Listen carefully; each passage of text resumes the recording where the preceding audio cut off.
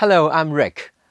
After this series of the course, we expect you will gain more knowledge about frailty and how to manage frailty from different perspectives.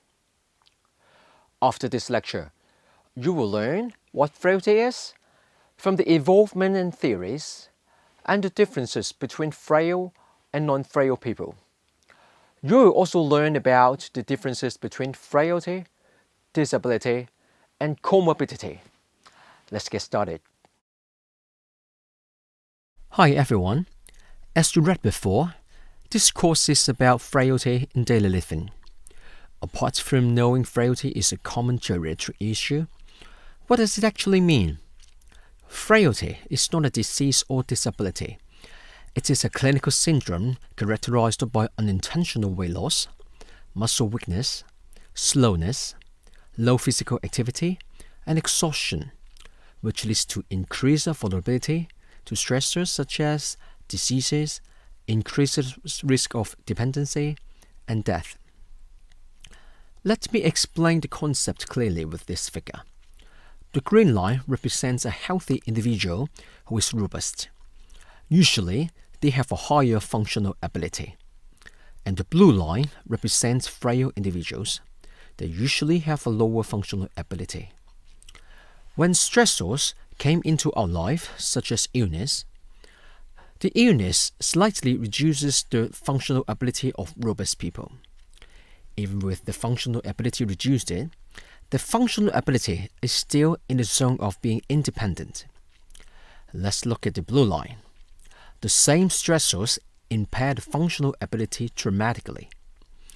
The functional ability drops to the zone of dependent. In the recovery phase, the robust people, that is the green line, takes shorter time compared to the frail people, that is the blue line. Also, the recovery is full for the robust people, but the recovery state of the frail people, that is the blue line, is incomplete. After the illness, the functional ability of frail people still remains in the zone of dependent, which means the illness or stressors cause disability in the frail older people, but not in the robust people. In summary, when we say that the frail older people are more vulnerable, it means that they are more likely to become dependent after stressors. The concept of frailty evolvement from the disablement theory to the model of frailty. Before the evolvement of the frailty concept, understanding of the trajectory of aging is mainly based on the disablement theory. In the disablement theory, we believe that people accumulate accidents and incidents throughout our life. The older we are, the more diseases we have. And the diseases and accidents impair our function, which might also cause irreversible damage to our body. These damages cause functional limitations. When the functional limitations reach a certain level, we are no longer able to live independently. We become disabled. When the functional limitations further progress, we will die.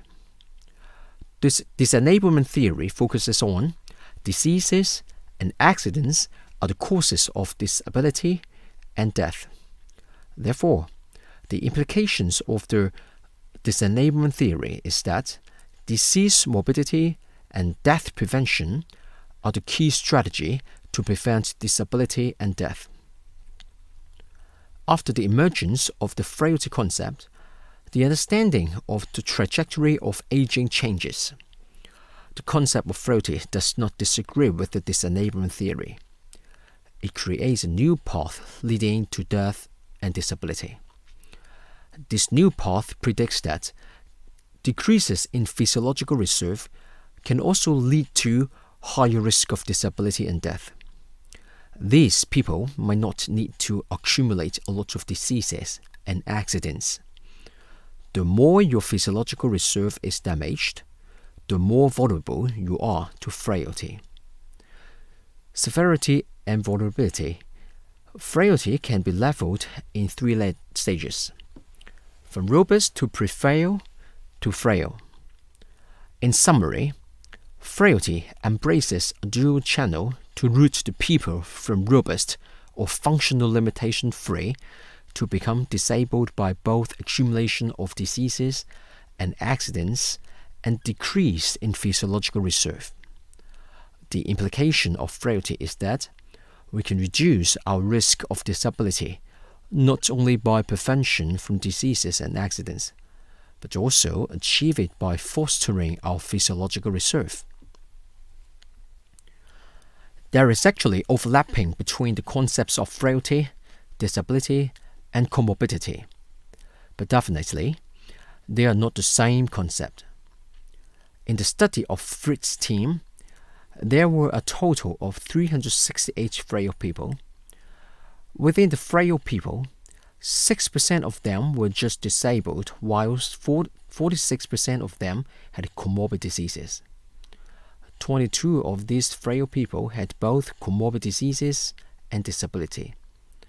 For the rest of them, around 27% were classified as frailty solely. According to this study, we can see that frailty is a different entity compared to disability and comorbidity, even though they are overlapping. This figure illustrates the trajectory of two groups of people. One group is frail and another one is not. So let's look at the blue line.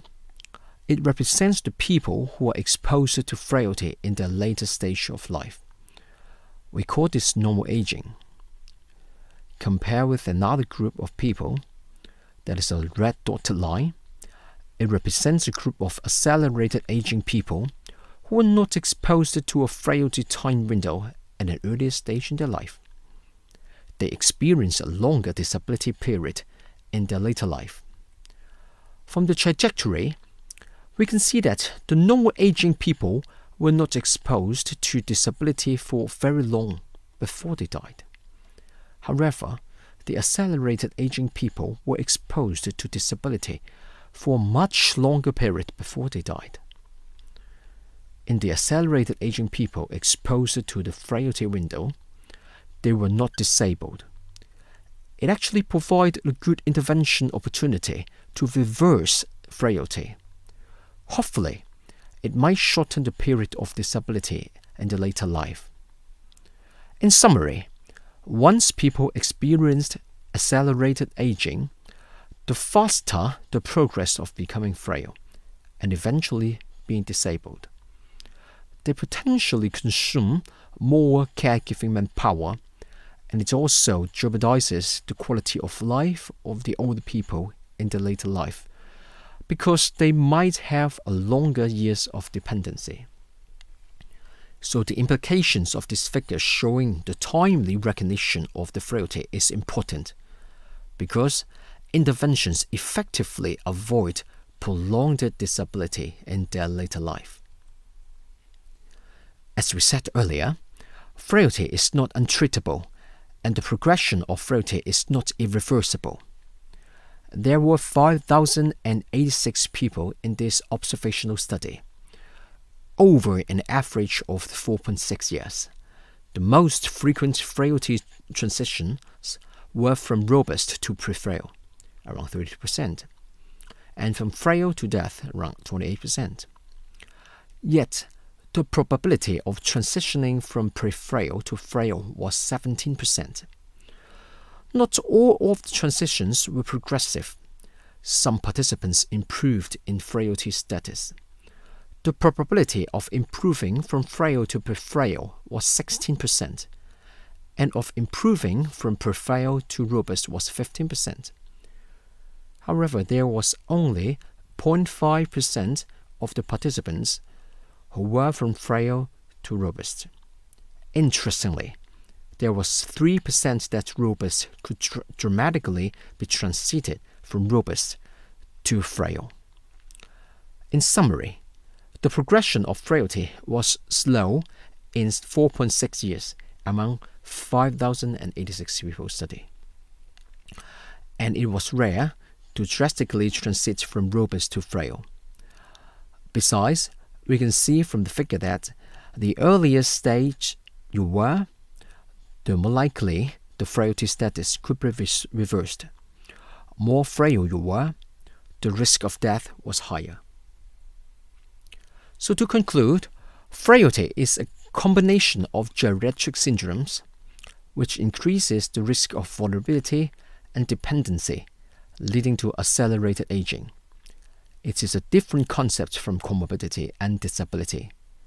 Also, it contains transitional characteristics, and it is reversible.